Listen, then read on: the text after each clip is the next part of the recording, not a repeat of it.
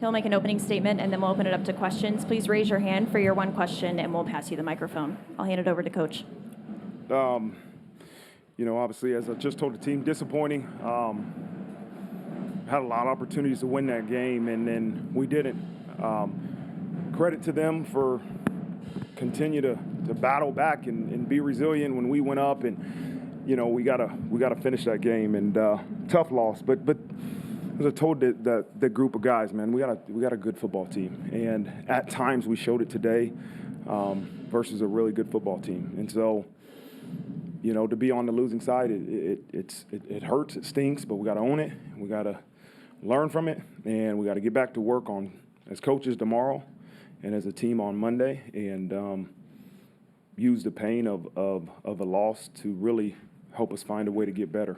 And as I told them, we're always reaching our full potential every Saturday. And there was at times today we didn't do that, and we got to figure out why and make sure that we attack it and don't let it happen, And so, it's disappointing. It is. And we are disappointed, but we got to move forward. We have to move forward because we got to get ready for our good Duke team next week. So with that, I'll open up for questions. We'll start second row on your left, Tyler James. Marcus, on that 3rd and 19 play where they get down to the 1 yard line, what was the plan there? What went wrong that allowed them to get the first down? Yeah, we wanted to play coverage, we thought we were going to be able to kind of give them a different look and play some quarters, and he threw a good ball, man. He threw a really good ball. That last series, we're trying to kind of mix it up a little bit with a young quarterback and not just play man every play, and he ended up putting it in a tight window, and they made a play. Was there an emphasis to try to tackle them short of the first down so they can't run another play, or was that I don't know if there was a... No, it was an emphasis not to let them catch the ball and get a first down. Thank you. Down in front on your right, John Bryce. Marcus, you just said a moment ago you got to use the pain of this loss and try to learn and benefit from it, but then you're also very much about one play, one life, live in the moment. So how do you balance that? How do you not let that pain linger? Yeah, I mean, it's natural. It's natural feelings that you're going to have. We're all disappointed, and at some point you got to get ready to move on to the next game. Obviously, it's not going to be tonight. You want to go and watch it and learn from it, and we use every game to make us better, but specifically this one, right? How do you find a way to make your team better through a difficult loss? And we'll do that. I know our coaches and our players will. And then your last true offensive possession after the 4th down stop, I guess around the 11-yard line. What went into the conversations there to talk about whether run or pass, and then how you use timeouts? I was in communication with Jaron.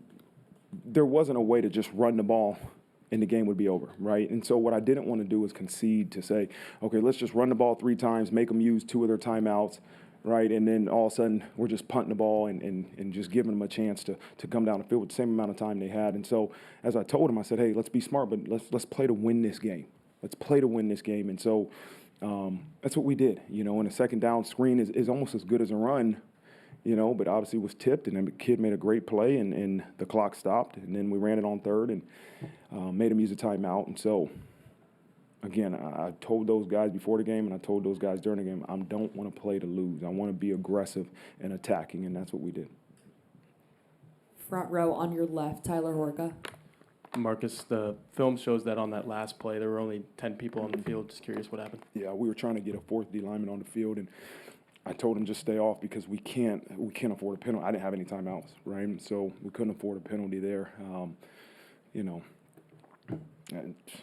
yeah, it's on us. We've got to be better.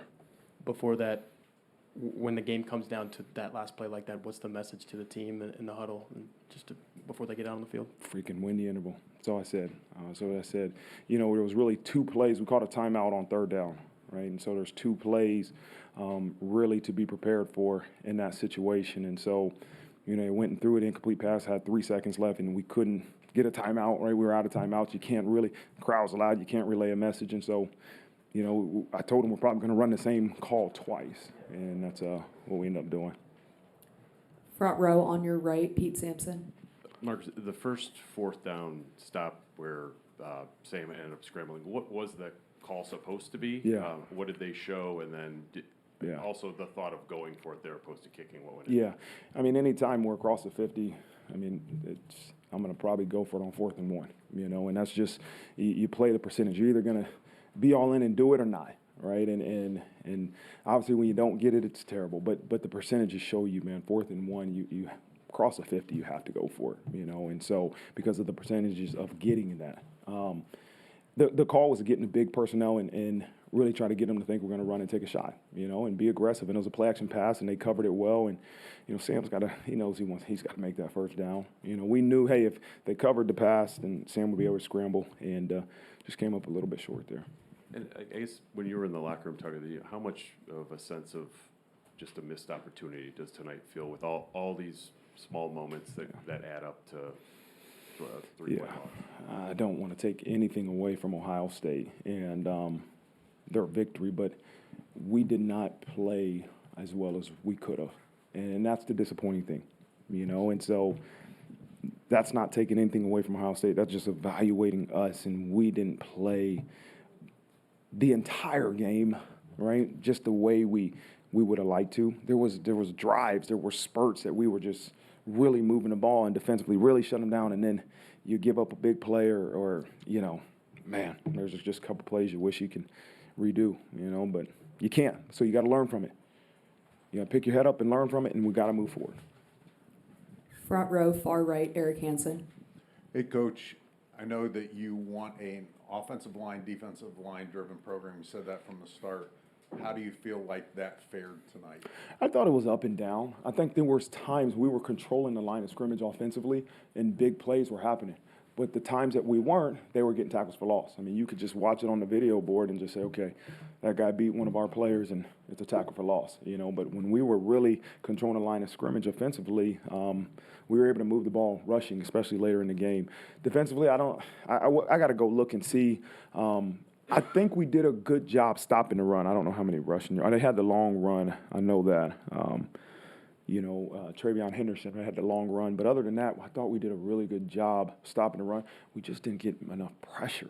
I just felt we weren't getting pressure. I wanted to hit him more until probably the last series. I think we got a little bit more pressure the second last series. But we got to find ways, as you all brought up many times, of getting pressure on the quarterback.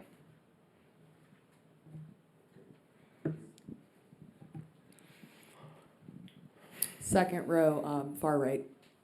Coach, you said you didn't want to rush anyone else on the field and risk it getting a penalty. What's the disadvantage in that situation with where the ball was at, being at the 1 yard line? Yeah. Is there an advantage maybe just to take the penalty so you can have 11 men on the field? Yeah, you could have. You could have. But, to me it was like, hey, don't give them another opportunity to get settled and to try to make a different call, right? Hey, guys, stay off the field. Let's not give them a freebie from a half-yard line, and let's try to stop them, And I thought maybe they would do the same thing they did the snap before. They didn't. They ended up running the ball. So I got to watch the play and see where the ball hit. But, yeah, that's why I made that decision. And then third row on your right, Tim Priester. Coach, does part of what makes this hurt so badly the knowledge that, or do you feel like you outplayed them for the majority of the game? No, it hurts because we didn't play at our best. That's I keep saying it's not about them as much as it is about us and playing at our full potential, and that's what we're chasing, and that's why I'm disappointed. Because if we would have a couple more plays, the result of the game would have been different, but we didn't, and so it's not that we gave the game away. It's just that we didn't reach our full potential, and that's the disappointing part. I want to ask about Mitchell Evans. You didn't have him last week, and you had him this week. Obviously made a pretty big difference for you guys. Yeah, he's a difference maker. It's great to have him back. Made some big plays today, big catches, and did a good job in the run game. Any other questions for Coach?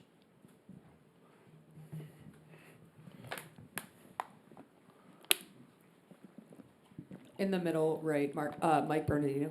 Marcus, obviously you feel for everybody, but just Sam in particular has had a lot of these losses at his previous stop, the devastating loss, and for him to be here and have it in that way? Just the camera kept finding him, and what was your exchange with him Yeah, afterwards? I don't know what he had at his previous stop, right? What does today have to do with where he was at? It's disappointing because he's the quarterback of our team and we didn't win today. We didn't reach our full potential. We didn't win. And so that has nothing to do with where he was previously, you know? And so I feel bad for every one of our kids. Every one of them put their heart into this thing, right? So I don't feel worse for Sam than I would feel for everyone. Every one of our kids prepared their tails off, and they went out there and gave it everything they had. So I feel bad for everybody, and it has nothing to do with last year and where Sam was at and those type of games he might have had. And you said the analytics, everything pointed to going for it early rather than get on the board first. But that was something that I think you wrestled with even in the offseason as you did your self-assessments. Do you question yourself at all at that point, or is that's just that's something you'll do in the future if presented the same opportunity? I'll probably do the same thing. We got to find a better way to execute. That's what we have to do is we have to find a better way to execute. All right. Thank you very much, Coach. Thanks, guys.